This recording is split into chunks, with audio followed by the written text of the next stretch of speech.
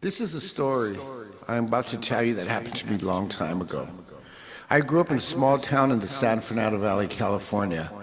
And in this town, there was quite a few churches. Well, on this one evening during Christmas vacation, my mother asked me to go to church. Oh, come on, Mom. The church was in walking distance of my home. And I thought, what the heck? I guess I could do it. So, as I left my home and started walking down the street, which was a long street, a long street to the church, straight. It was a windy, very windy evening is what I remember the most. And as I was walking, it started to lightning and thunder. And the rain started falling. As I was walking to church, I started to notice that the street lights were coming on. I thought, how reassuring, it made me feel better. I was just a young boy of 12 years old. So as I entered the church, I sat there, found a pew, and I noticed everybody was praying. So I did the same. But as I sat there, I looked over, and I saw my best friend in the whole world, Rudy, sitting there. And he came over. He was alone also, and he sat with me. As we sat there, we started to giggle and basically fool around. The whole crowd was in prayer and in silence, except for the two of us. So as we were sitting there fidgeting around, laughing at all the others, making fun of all the parishioners who were in the aisles, the priest somehow saw what we were doing and asked us to leave. Get out of my church. We were so embarrassed that we were called out and asked to leave that people started laughing and we were upset. So we stood up, put our heads down, and walked out the front door. As we walked out the door, it was raining and it was really, really getting rough outside. The thunder had started. The lightning was in session. So we decided, let's walk back to my mother's home. So as we were walking down this long street, it's a cold night, we started walking. And next thing we noticed is a figure standing under a light. And as we walked towards it, we said, what the heck is that? We really didn't know. But as we got closer, we started to notice this horrible looking thing. It scared us to our core. What it was a dark figure who looked exactly like a picture of the devil. So we looked at each other and we said, what could this be? What's going on, man? We got to get out of here. Do you see that? Do you see that? Rudy said, yes, I see it too.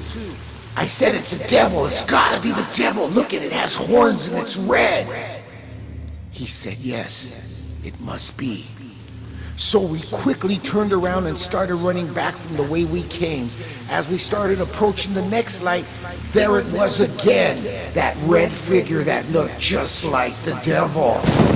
So we said, oh my God, what's going on? Rudy said, I'm scared. I said, I'm scared too. He said, we have to get out of here. We have to get out of here. Let's go to my aunt's house. She lives right down the street. So I said, let's go, let's run. As we started running, we started to notice noises coming from behind us as if somebody was chasing us. It was footsteps. It was footsteps. And we looked back and we looked back and we saw this red figure who looked just like the devil chasing us down the street. As we got to Rudy's aunt's house, we went through the gate. We jumped through the door. We flew through that door, in fact. And then when we got through that door, we were wet and we were breathing heavily. And she said, what happened? What happened? And we said, oh my God, you don't believe what happened. We were wetting right now. The devil was chasing us. We saw it twice. It was underneath the light fixture and we couldn't believe it. Can you help us? Can you walk us home? She said, no. I will not walk you home. And where are you coming from? So we had to tell her the story that we were kicked out of the church by the priest. As we told her this story, she said, I can't believe you. There's a word in Spanish called you traviesos, you little brats. How dare you disrespect people in church? Now we felt worse. We felt really bad. We knew that what we did was wrong. So what she told us to do, she gave us a small rosary.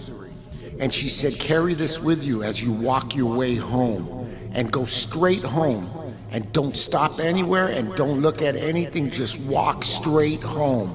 All we were thinking of, I said, oh my God, we're gonna see that devil again. We know we're gonna see it. We can't do this, we can't. You must go now, she said. As we left the door, we started running down the street. We ran and we ran and we ran and we ran, and we never looked up. Next thing we knew, we got to his aunt's house, and at his aunt's house he stayed. Next thing I did was I got to my house and I never looked back. I got in my room, I hit my knees and I prayed. I prayed to God, God, take that ugly devil away from my memory forever. But here I am, talking about that story. I'll never forget that evening, that night I saw the devil under the lamppost. It taught me one thing about respect. Always respect a place of worship. You never know when that diabolical devil will return to take your soul. Well, he didn't get me that night, and I'm grateful for that.